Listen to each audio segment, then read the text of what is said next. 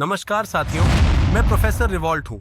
आज हम एक ऐसी राजनीतिक घटना की बात करने जा रहे हैं जिसने भारत के सियासी गलियारों में हलचल मचा दी है।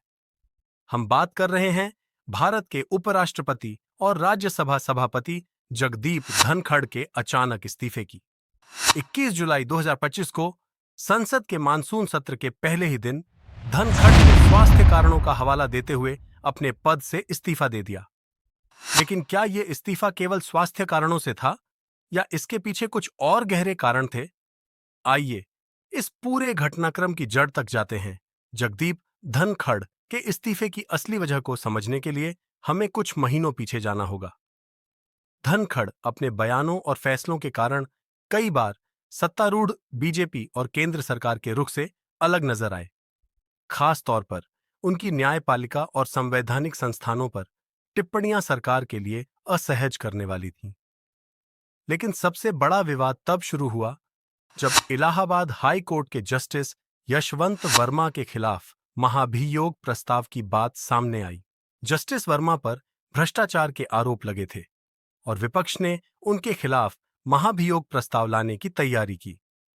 सूत्रों के मुताबिक धनखड़ ने इस प्रस्ताव को राज्यसभा में जल्दबाजी में स्वीकार कर लिया, बिना सत्ता पक्ष के नेताओं से मशविरा किए।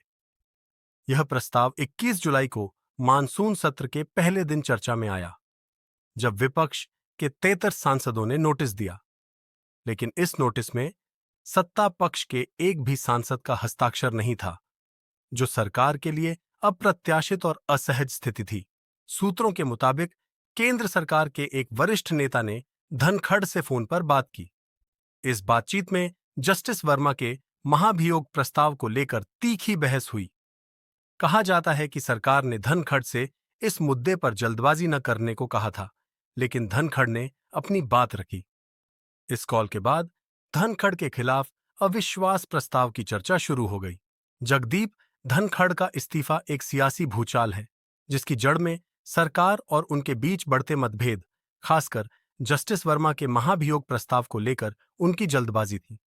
21 जुलाई 2025 का दिन भारतीय संसद के लिए एक ऐतिहासिक दिन बन गया, जब उपराष्ट्रपति ने पहले दिन सत्र चलाने के बाद इस्तीफा दे दिया।